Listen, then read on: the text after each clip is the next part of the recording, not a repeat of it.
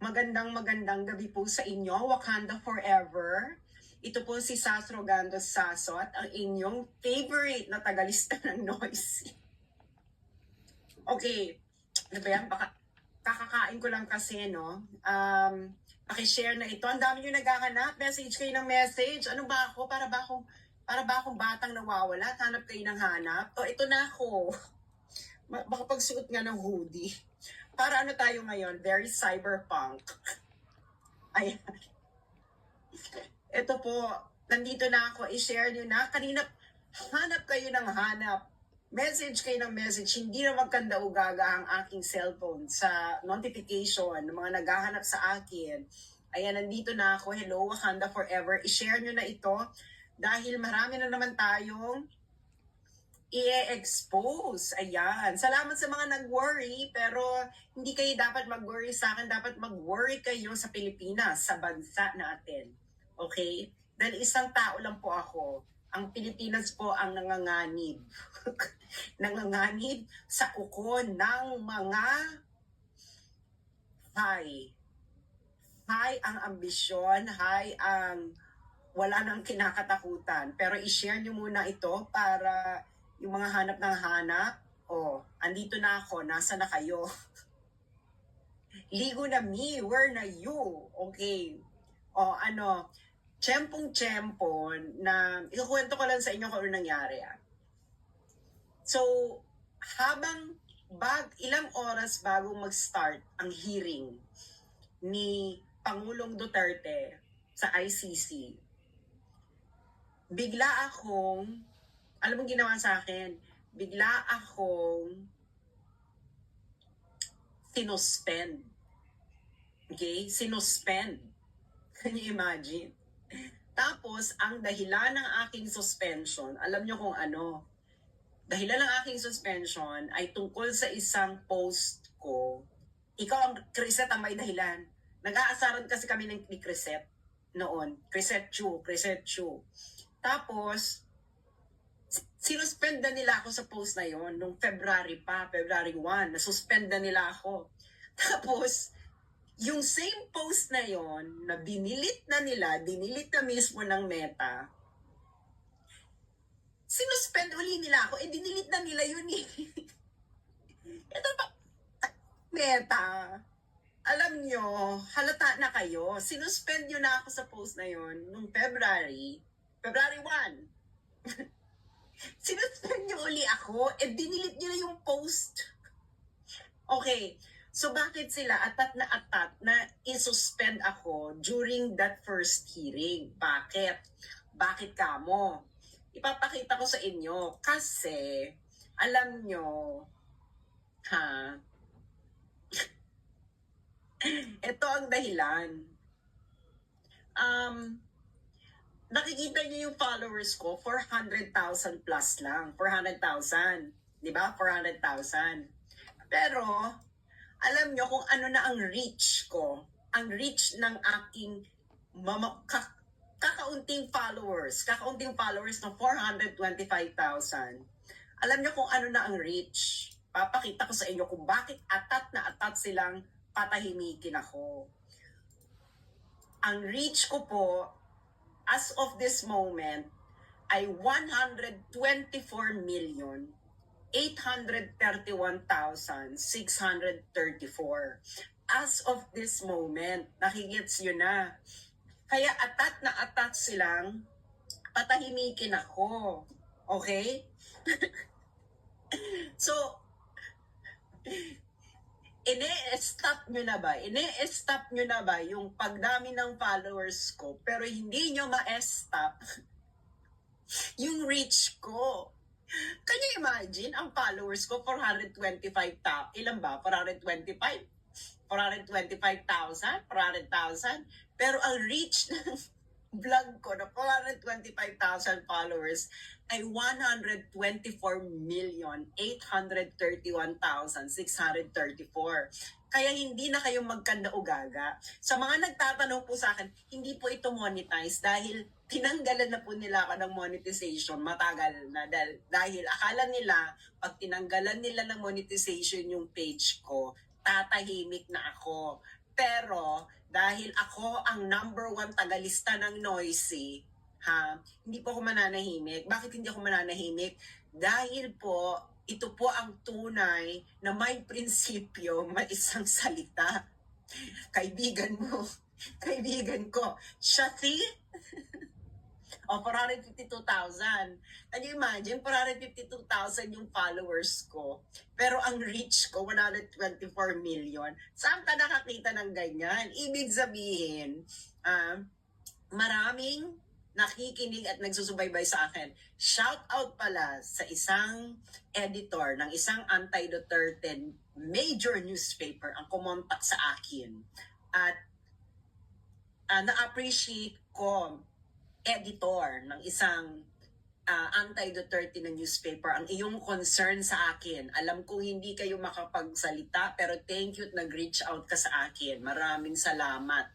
Okay, maraming salamat. Pero okay po ako. Ang tanong, okay ba kayo?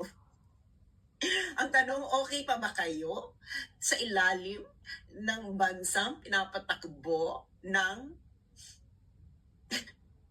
ano bang tawag dito? Coca-Cola. Okay pa ba kayo dyan, mga ka-moisture? Di ba? Okay. So, ayan. Yan ang dahilan. Kasi, syempre, dun sa hearing na yun, you imagine, 124 million ang views, ang reach ko. 425,000 lang ang followers ko. So, ibig sabihin, marami kayo nag-aabang. Maraming nag-aabang, hindi ba? Okay, ngayon, na nakabalik na ako, Wakanda forever. Mga friends, Wakanda forever tayo. Wakanda forever. Dire-diretsuhin na natin to. Oy, maraming salamat. I-share nyo na to. Share. Okay? Ngayon, just in case, no? Just in case na mapatahimik na nila ako ng bonggang-bongga, matanggalin nila tong page ko, magkakaroon tayo ng backup. Hindi ako gagawa na uli ng Facebook, no? Ang gagawin natin ay guerrilla style. Lahat naman kayo may email, di ba? Dahil may email kayong lahat, ibig sabihin, hindi nila mahawakan yung mga email ninyo. At kung meron din kayong mga contact sa email na pwede nyo i-forward ang mga isusulat ko or video ko, hindi ba? So ngayon, para dahil matindi ang laban natin, no? Ang laban natin dito ay hindi pa tumatatapos, matagal-tagal pa to. Meron akong Substack, okay? Hindi nila ito magagalaw dahil diretso ang mga isusulat ko sa email ninyo at hindi nila malalaman kung anong mangyayari dahil hindi nila alam kung gaano kumakalat. Marami na ako ditong followers, okay? Diretso ito sa email. So, iscan nyo na ba ito ngayon? Pakiscan na ngayon to. Lahat kayong nakikinig sa akin, please scan this code or i-screenshot right now, right here and there. Okay? Ayan gaganyan ko muna. Tapos i-approve nyo yun sa email ninyo. Para kung mawawala ako uli, papatahimikin uli nila ako, pupuntahan nyo na lang yung email ninyo. Hindi ba? Ngayon, yun ang ating backup. Guerrilla tayo ngayon. Guerrilla fighters tayo ngayon. Okay? Ano tayo ngayon? Rage against the machine. Di ba? Guerrilla radio. Okay? Diyan tayo ngayon. Para kayo, hindi ba? Kayong mga may Facebook pa, kung tanggalin na talaga ako sa Facebook pagkataon, yung mga isusulat ko sa Substack, i-share nyo ngayon sa Facebook ninyo, okay? Yung mga nagre-recontent ng video ko, wag na kayong maghumingi ng permiso, i-recontent nyo na, i-video capture, gawin nyo ng content, bahala na kayo, wala akong pakialam. Okay? Wala itong copyright. Tayo ay guerrilla. Okay? Guerrilla media tayo ngayon. Guerrilla. Okay? So, ayan mag-subscribe na kayo para diretso sa email. Tapos kayo, syempre may mga email contacts kayo, i-forward nyo.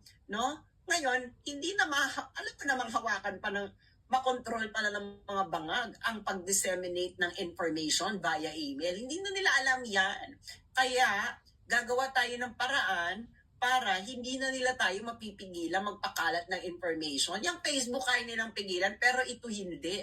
Dahil diretso ito sa email niyo. Hindi po magbubukas ng X kasi hindi nga allowed dito.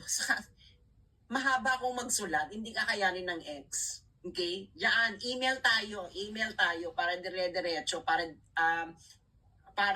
diretso sa email ninyo. Newsletter tayo, no? Marami na akong followers yan. So, ifo-forward ninyo, i-share ninyo sa Facebook ninyo para nag-e-echo, para ini-echo natin ang katotohanan na pilit tayong pinapatahimik ng mga Coca-Cola. Okay. Ayan na, ha? Para hindi na kayo hanap ng hanap kung nasaan ako, Diyos mio, Santissima Trinidad. Okay. Now, ano nang gagawin natin ngayon? Okay, may nakalungkat na naman ako mga friends. Alam mo naman ako, mahilig ako magalungkat dahil ako ang #1 tagalista ng Noisy. Wala po akong TikTok na sa China. Ako ban ang TikTok dito sa China. Wala akong TikTok. Ano ba? Yung mga suggestion, yung mag-TikTok ka, ma'am. Kung kaya ko mag-TikTok, nag-TikTok na ako. Hindi ako makakapag-TikTok kasi nga ban dito sa China. At sa Beijing po ako nakatira. Okay? Ban dito. Okay? Hindi siya ma-access dito. Kahit VPN. Okay? Ma-access mo lang TikTok dito kung Philippine number yung gamit mo. Wala lang akong gamit na, hindi po ako gumagamit ng Philippine number dito. Sa Beijing, no? Na wala namang point. Okay? Yung whitey, no. Ako po ay nagsusulat, hindi lang po ako nag-video. Mahilig po ako magsulat. Nagsusulat po ako. Kaya huwag niyo ako sabihin, mag-whitey ka na mag-whitey. Wala pa akong panahon mag-live ng mag-live. Magla-live na po ako may panahon.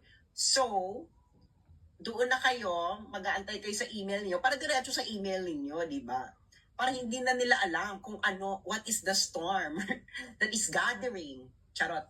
Anyway, so, diretso na tayo sa usapan. O, mga kayong mangging kaligatan. Ako, may mga nakikita ako naronood ng kayong mangging kaligatan, ha? Mga kayong mangging kaligatan, ating mga magigiting na sundalo at pulis, nakikinig. Okay, may nakalungkat na naman ako dahil, alam mo naman, maraming noisy, no? Maraming noisy. O, eto na. Eto na. Okay. Ngayon, nagtatanong kasi kayo kung sino nagbibigay ng budget sa ICC.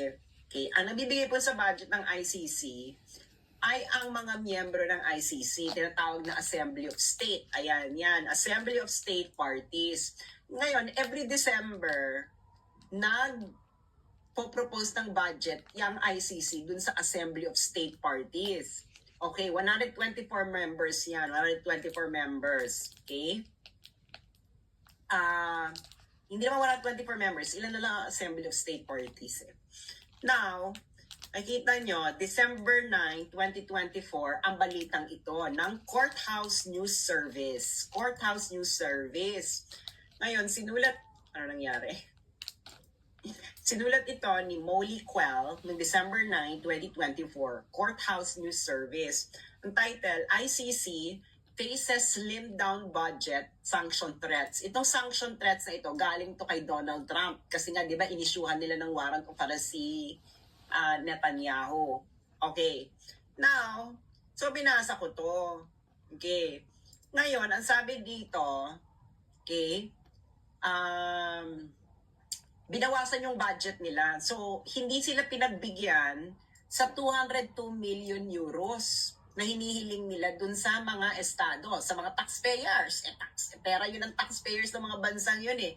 Ang hinihiling ng ICC, 202 million euros. Ang ibinigay lang sa kanila, 195 million euros. So, ilang million yung hindi ibinigay sa kanila. During the budget deliberation, kinriticize sila ng Assembly of State. Sabi, may investigation kayo ng 12 countries, pero hanggang ngayon, after nung December ng pagbibigay sa kanila ng budget, wala namang kayong trial in process. O, anong ibig sabihin yan? Ayan o. The court has investigations open across 12 countries, but after December, we'll have no trials in process. Another fact that garnered criticism during the week. Itong during the week nito, during the week ng budget deliberation ng ICC. So sa madaling Tapos, kailan sila nag-apply ng warrant? February 10, 2025. So, December, kinritisay sila. Wala naman kayong trial after ng December. Okay? So, after 2 months, nagmadali sila. Nag-apply ng warrant with the collaboration ng Bangag Administration. Bakit ko sinabi yan? Di ba sinabi ko na sa inyo yan kung paano sila nag-collaborate? Di ba? Ulitin natin para sa kalaman ng lahat. Hindi ba? Para naman tayo, full impact. Para full impact tayo mga friends. Hindi ba? Ang sala ba yan? Ang dami kasi nating ang dami kasi nating pasabog in the past few weeks. Kaya, ano ba to? Hindi ko na mahanap kung saan ko na, kung saan ko na ilagay. Pupunta na lang tayo ng website ng ICC. Okay? Yung mga naghanap sa akin, nandito na ako. Thank you sa concern, pero mas maging concern kayo sa inyong bansa. Okay. So, ayun na nga. Inritisay sila noong December during the budget hearing. Wala naman kayong trial.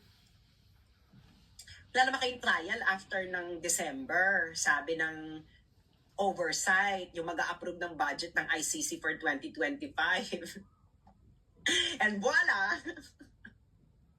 After ng criticism, may trial na. May trial na bigla. Hindi ba? So, anong ibig sabihin nun? Kasi gusto nyo, pagdating ng 2026, ano naman kayo? Bida-bida na naman kayo sa budget. Kasi may trial eh. Siyempre, kung walang trial, babawasan sila ng budget. Kaya yan, tigilan nyo ako for the victims. Walang pakialam yung mga Europeans na nasa Europa. Tingin nyo ba, yung mga Europeans sa puti na yan, may pakialam sila kay Aling Sheila. Wala silang pakialam kay Aling Sheila. Kailangan nila money. Dahil mababawasan yung budget nila kung wala pa silang trial. Tingnan nyo ako. Ano yan sa tingin nyo? Ginagawa nila yan? No, walang budget na hindi nila kailangan yung pera. Sandali, ito. Sasabihin ko sa inyo, para lahat tayo may ebidensya na may talagang sabuatan. Ito yung application ng urgent application ng warrant of arrest. Nasa na ba yan? Ito ba yan? Ito pala yung secret. Ito pala yung approved warrant of arrest. Okay, ito yung approved warrant of arrest. Tapos, ito yung urgent. Di ba? Naalala niyo na, December, sinabun sila ng nagbibigay ng budget sa ICC. December. Okay? Ngayon, February 10, 2025, agaran silang. Di ba sinabun sila during the budget? Ulitin natin, ha? Ulitin natin, mga friends. Okay? Ulitin natin. Ayan. Eto yan, di ba? December, sinabun sila na nagbibigay budget sa ICC, yung mga members ng ICC. Ang sabi, meron kayong investigation ng 12 countries, pero after December, we'll have no trials in process. Ayun, another fact that garnered criticism during the week. So, kinriticize yung mga trabahador ng ICC na humihingi ng budget.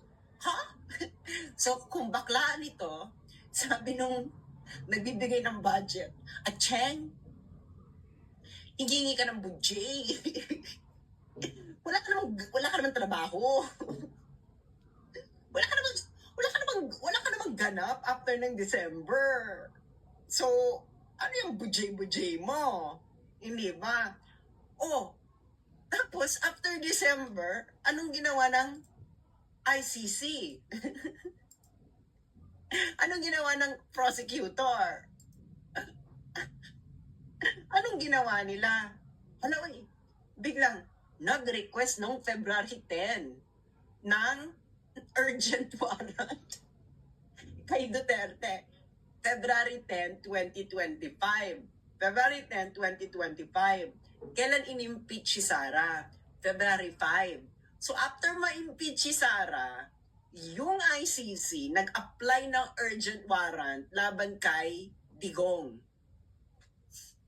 So, is that a coincidence? Ano, mga taga-Wakanda? Is that a coincidence? February 5 na impeach si Sara ni Romualdez. Oh, Romualdez. Martin Romualdez yan. Di ba? Pati nung anak, sila nanguna dyan. Tapos, February 10, nag-apply ng urgent warrant laban kay Duterte dun sa tatay. Yung anak, in-impeach ng February 5 ni Romualdez. February 10, nag-apply ng urgent warrant laban kay Duterte ICC. So, ano yun? Coincidence ba yun? After February 5, pagkatapos ma-impeach yung anak, mag-a-apply ka ng warrant. Tapos, ang eksena nyo pa, hindi kami na, hindi, kasi dumating kasi yung request ng Interpol. Eme. Pero according mismo sa dokumento ng ICC, ipaliwanag nyo to, okay? Ikalat nyo ito nang malaman ito ng mga tao. Pero ayon mismo sa ICC prosecutor, ayan, sabi sa paragraph 112 ng request ng urgent warrant nila noong February 10, yan, in late 2024, the government of the Philippines publicly announced for the first time that it may execute an ICC arrest warrant. Kayo pala ang nakikipagtsikahan. Kayo pala nagsasuggest sa ICC. Bongbong. Tapos sabi nyo raw, noong late January 2025, sinabi nyo raw na i-execute nila ang ICC warrant kung ang magre-request, kung pinadaan ng request sa Interpol. So, tigilan nyo na yung sinasabi nyo, nagko-comply kayo sa Interpol. Kayo ang nag-suggest sa ICC na padaanin sa Interpol. Tama? Tama ba ako? Tama ba ako, mga friendships? Diba? Malinaw. In late January 2025, the government publicly stated that it would execute an ICC warrant if a request to do so is made through Interpol. Tama? Tama, diba? So ngayon, ang tawag po natin dito ay nag-align ang stars. Nag-align ang mga bituin ba? Mga taga-Wakanda ba? Unsa man ang mga Southern Luzon na nangangain kumakain ng pagpag. Talakas-lakas man lait sa mga taga-Wakanda, kumakain naman ng pagpag. Yung mga taga-Southern Luzon dyan, lait ng lait sa mga taga-Wakanda. Pero, yung mga mayayaman dyan sa Manila, anong ginagawa? Yung mga minahan ng Mindanao, yun ang kinukuha nila para yumaman ba? Tama? Tama, mga friendships. Hindi ba? Ang mga taga-Southern Luzon, api-api ang mga taga-Wakanda. Kumakain naman ang mga pagpag, ang mga taga-Southern Luzon, ang mga taga-Wakanda, kumakain ng fresh na gulay ba?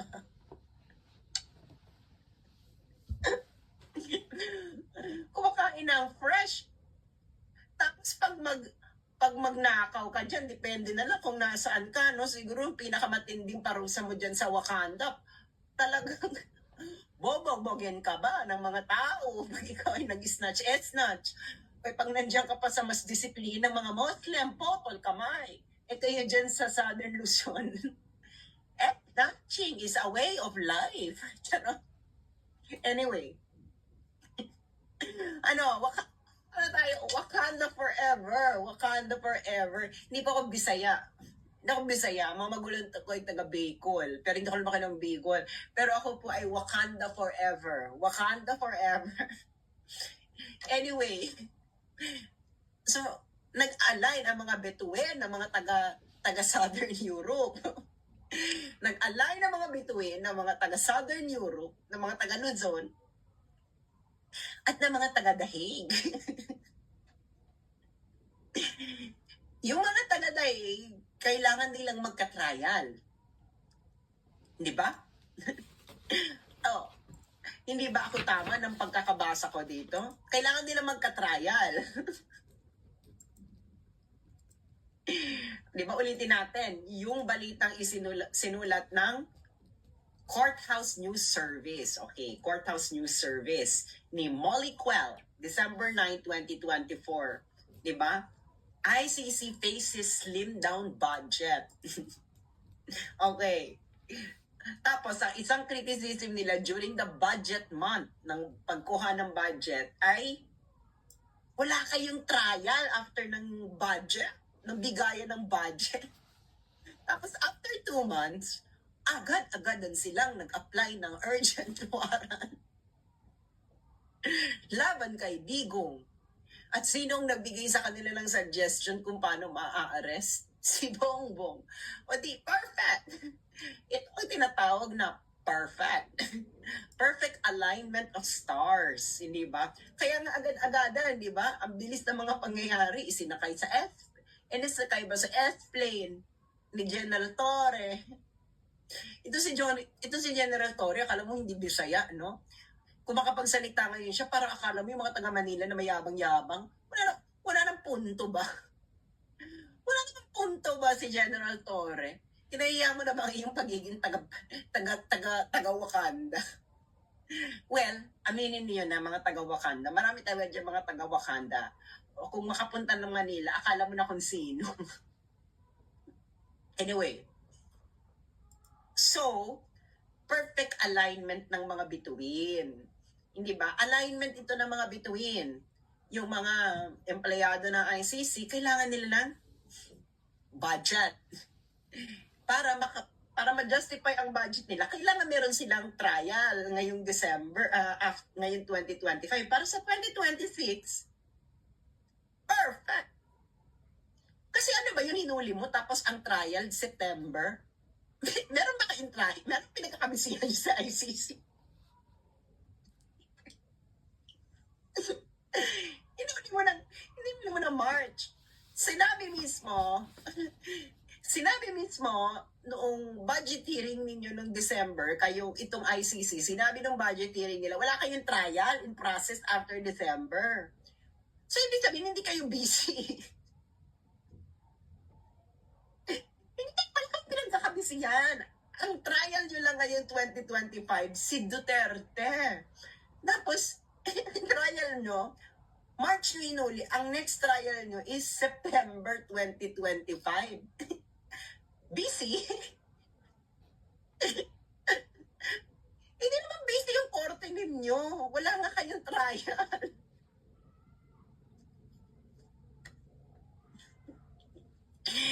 Yung Pilipinas, reklamo yung korte na nakatambak ba ang mga kaso. Ang dami-daming overload sila ng kaso, pero tuloy-tuloy ang trial. Hindi, parang mas madali pa atang makakuha ng trial sa Regional Trial Court ng Manila na sandamakmak ang kaso kaysa sa ICC. Inuli mo ng March, ang next trial mo, September, April, May, June, July, August, September. After 6 months, busy kayo. Hindi nga kayo busy. Pinagalitan po ang mga empleyado ng ICC nung humihingi sila ng budget nung December na wala naman kayong trial. Di ba? Ayan. Ulitin na, papakita ko. Di ba? Ayan. Oh. The court has investigations open across 12 countries, but after December, we'll have no trials in process. Another fact that garnered criticism during the week. Okay. December ito, yung budget hearing, budget deliberation ng mga empleyado ng ICC. Ang nagbibigay ng budget, yung Assembly of State Parties. Okay. Oh, nabawasan sila ng budget. Yung hinihingi nila ng budget, hindi tinuloy, nabawasan.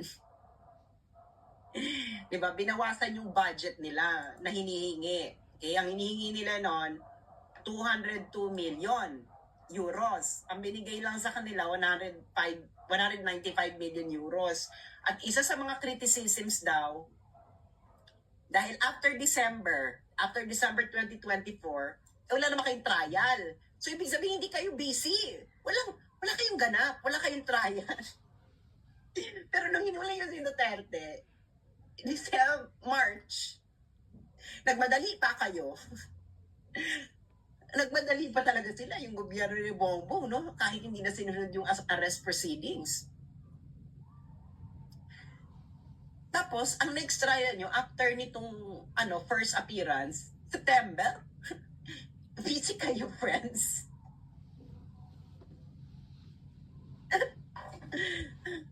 So mga taga-Wakanda, ano to? Ano to, mga